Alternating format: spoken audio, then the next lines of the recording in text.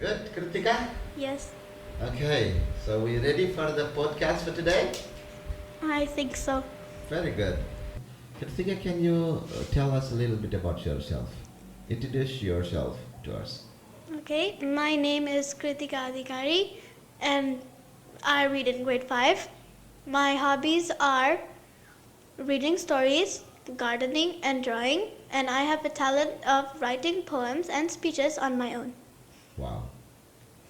Can you tell us a little bit about the gardening? You said you like gardening. Do you have garden back in your house? Not really a garden, but I have a few pots of flowers and I love taking care of them.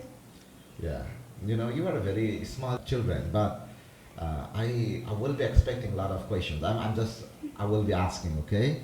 Just be very, very honest to tell what you know about, okay? You don't have to make it like, sounds like good, okay? Just tell us exactly what you know about those things, okay?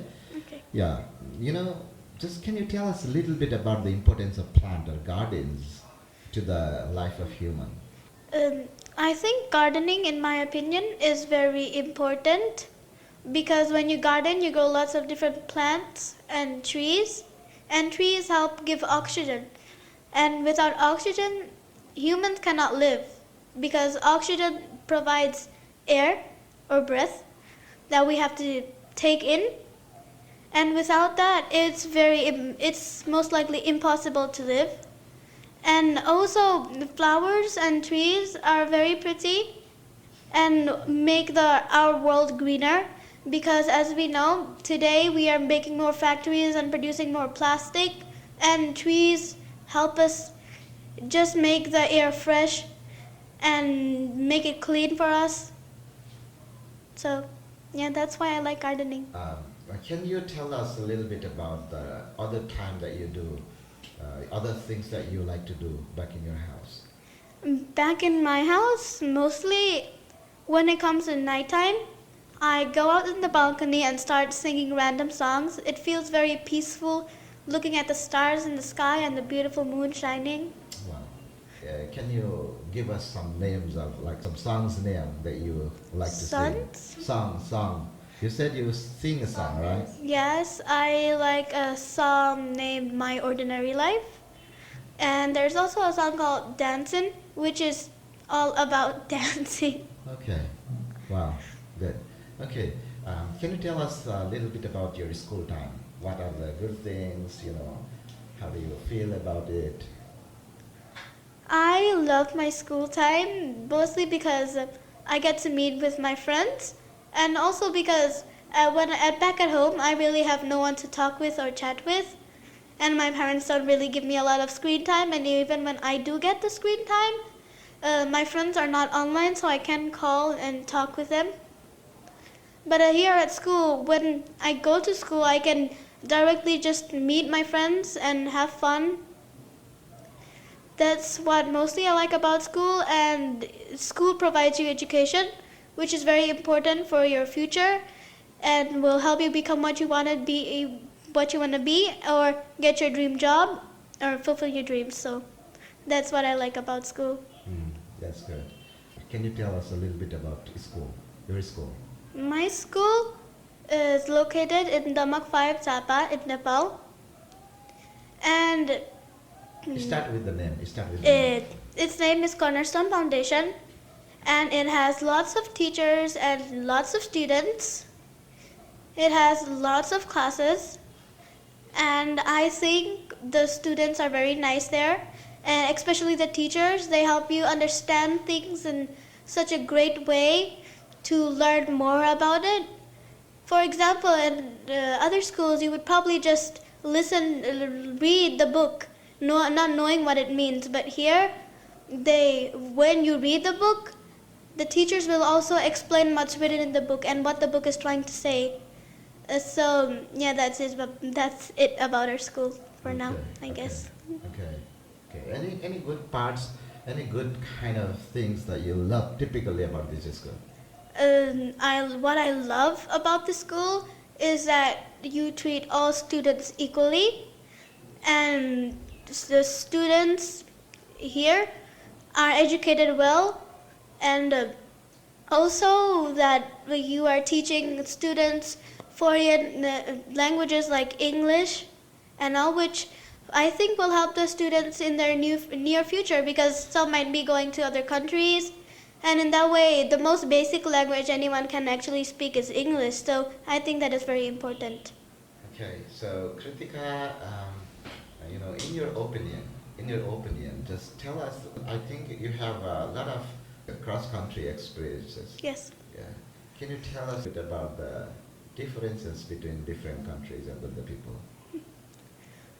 I have been to practically 3 countries, which include Rwanda, Nepal, and Thailand.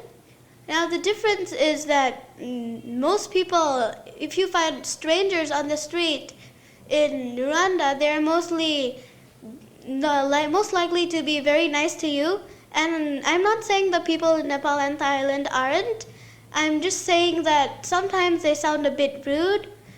And in Africa, the culture is very different from ours, because here we have lots of Hindus. In Africa, they have lots of Christians. And I don't really know much about the culture of Thailand, but I know that it is also very unique. And it is a great country, just like our country, Nepal. But all the countries have their own different style and culture. And for example, in Africa, most people made handmade things, which are very historical, and most people in our earth really don't use anymore. But the people in Africa, they use those type of things. And here in Nepal, our soldiers are very trustworthy and have played a great role in protecting our country. And I think our country is also a very powerful country, because it is such a small nation but has such powerful and nice people. And then in Thailand, I think it is a very well developed country, and it is also very clean country, in my opinion. Very good, very good. Okay, kids of your age, Yes. many times they think like left alone. They think nobody's close to them. Many times the children of your age are going through rude time, bad times, thinking themselves like left alone, or nobody's there to understand my feeling. Does it really happen like that, or what really happens? What do you want to tell them? What really happens is that when just lots of people gather together and you're not involved, you feel left alone and just sad. But the truth is, they want to involve you, but they just think you don't want to be involved yourself. And I've had lots of times like this, but slowly I have gone to realize that people actually care about you, but most people just don't know how to show it. Another thing is like many children, they don't think like they have their parents, they love them much. Your parent to care you. There is somebody to listen to you, but in reality it does. Do you have any words for those children? For those children, I would like to say that your parents, I am sure, are very loving, and children and adults are very different, so children might not know what adults are trying to say or teach them. For example, when your mother says that these are not good marks in the exam, what she's actually just trying to tell you is that you must try to do better next time, and you can do better. So please try and read more, and try to get better grades in your exams next time, or something like that.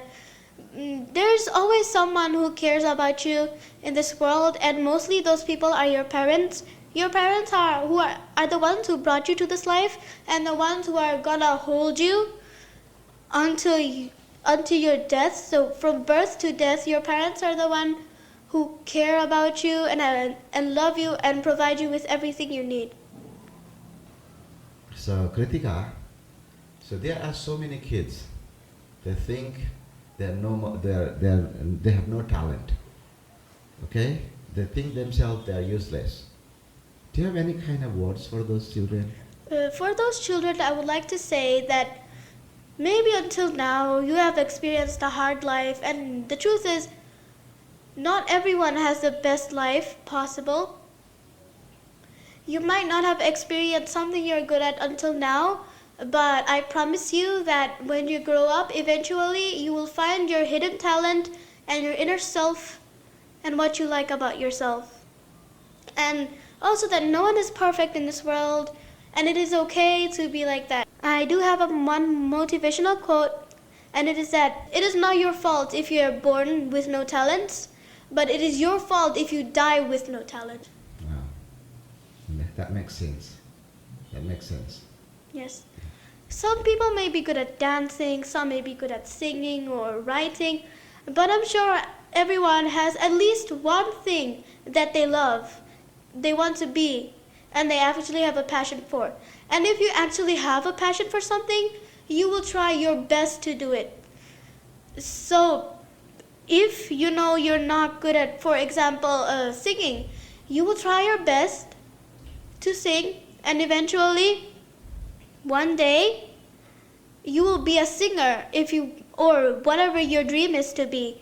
Just keep on practicing and never lose hope. And then you will achieve the dream one day. Yes. Yes? Yes. Yeah, okay. Okay, share us a little bit about your little brother or sister. What do you have? I have a sister. You have sister? Yeah, yeah. Share your sibling life. My sibling life is like any other normal sibling life. It is probably the most annoying part of your life. Because your siblings sometimes are just very annoying, but they also love you and you also love them from the inside. I mean, I'm pretty sure everyone gets annoyed of at least something. Someone probably gets annoyed of their siblings, someone gets annoyed of someone else, but in your heart, truly, you like this person. You like the person talking to you. You like the person including you. And about siblings, I love my sibling. Mm-hmm. And I'm sure she also loves me. She's just too little to say it. Yeah, sure. Okay, back to our school activities, okay? You know, there are so many ways that teachers or school handles the kid, okay? So many ways. In traditional or in old days, you know, they used to handle or they used to control the kids by sticks and all other things or punishment and those kind of method, okay? Which we don't do in Cornerstone Foundation. What we do is we use a reward method of trying to understand the heart of kids and treat them in the way. About your thinking, what is the best way to treat kids? The best way to make kids listen to you by discipline is try to be the nicest teacher possible and make the students love you. For example, you can play fun games in break time and understand their feeling. You can understand their feelings, and you could I guess you could also explain to them that they're at least good at something, give them some motivational quotes, and give them a role in their class. Make them a part of our society. Make them feel like there's someone special in this world. Mm-hmm. Wow, that's powerful saying. Yes, just like birthdays. Birthdays are meant to celebrate the birth of someone special, meant to celebrate God's creation, and it is meant to symbolize that God's creation or someone special was born on this day, and this day is very special to someone. Yeah. So, I am sure everyone has their role in this tiny world of ours, and that their role is important. I think everyone in this world is very important, and they have their own role. makes sense. Very good. Okay. Same thing. You said you have poems or some kind of, you are a creator. You write the poems, right? Do you like to share us some of the poems? Can you? I don't remember any of them. You don't have a memory? I have ADHD, which is a type of condition where you forget things very quickly. Okay, next time maybe. Maybe next time. Yeah? Yeah, by the end of the time. We're in the end, okay? So again, I would like to thank you for sharing your thoughts with us. Maybe in future we will get this opportunity again. Yes. Okay? It was my pleasure to be here, and it was also one of the best opportunities in my life. I have also never ever been to a podcast before, so I thought this was very fun and educational. So yes, it was also my pleasure to be included in this podcast, and I would like to say this is one of the best opportunities I have ever got in my life. Wow. Thank you. You're welcome.